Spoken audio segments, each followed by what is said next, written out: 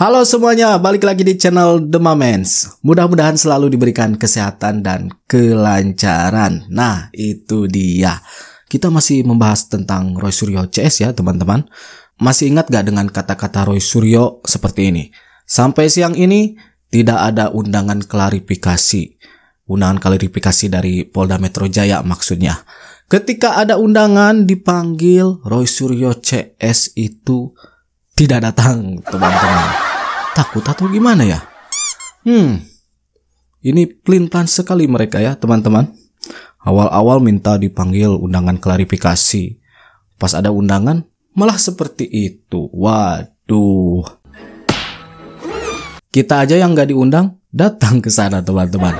Datang tadi jemput, pulang tadi antar. Tapi bukan jelangkung ya. Ingin memastikan apakah mereka datang Roy Suryo CS ke Polda Metro Jaya memenuhi undangan, tapi ternyata tidak, saudaraku ya. Dan memang ini menunjukkan ketidakkonsistenan mereka, teman-teman. Pelin-pelan lah seperti itu. Coba kita lihat nih videonya.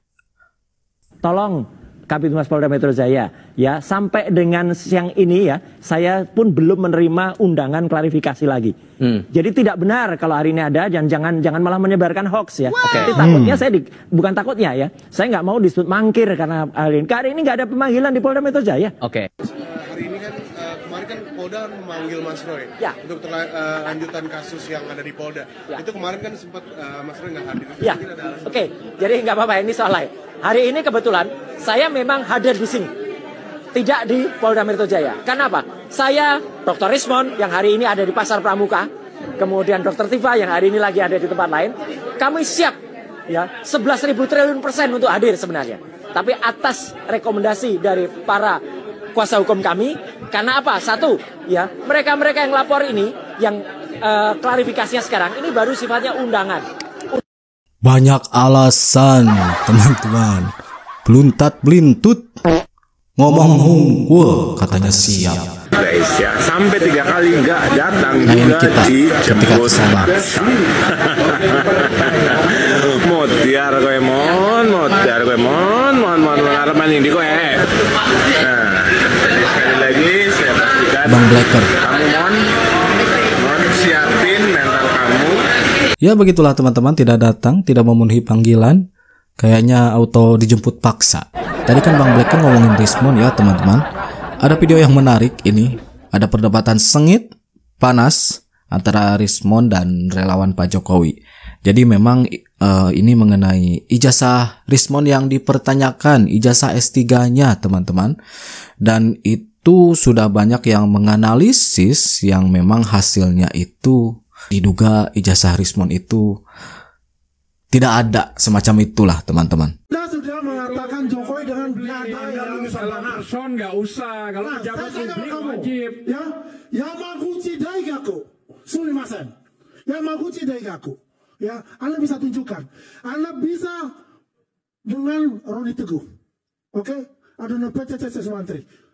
Tunjukkan untuk Yamaguchi Daigaku loh. Makanya saya Bentar dulu, Mas.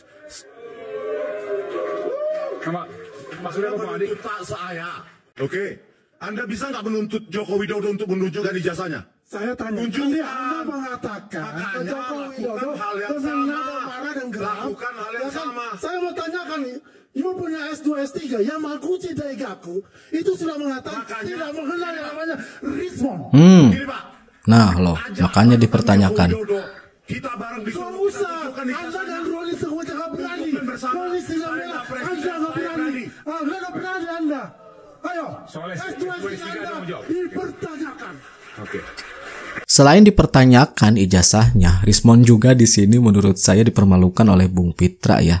Dimana Bung Pitra ini memperagakan, menganalogikan bagaimana dalil hukum yang menuduh, yang harus membuktikan itu bekerja.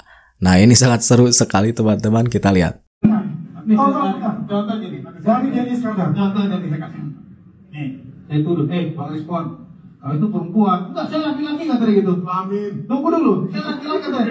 Yang tunjukin Bang, tunjukin aja bahwasanya kau laki-laki atau perempuan, buka aja gitu. Jadi kan ini memalukan. Gitu loh. Contoh sederhananya logiknya seperti itu. Itulah dalil hukum tadi. Saya kan menyampaikan dalil hukum atas aktor income bonus probati. Jangan juga itu logika. Saya kok bicara logika yang tadi. Kalau panggilan di dalam penyelidikan itu istilahnya undangan, Pak. Karena kalau panggilan dalam penyidikan itu kalau dipanggil tidak datang, maka dipanggil kedua kali bisa dengan perintah membawa. Tapi karena ini panggilannya dalam tahap penyelidikan, maka bunyinya adalah undangan.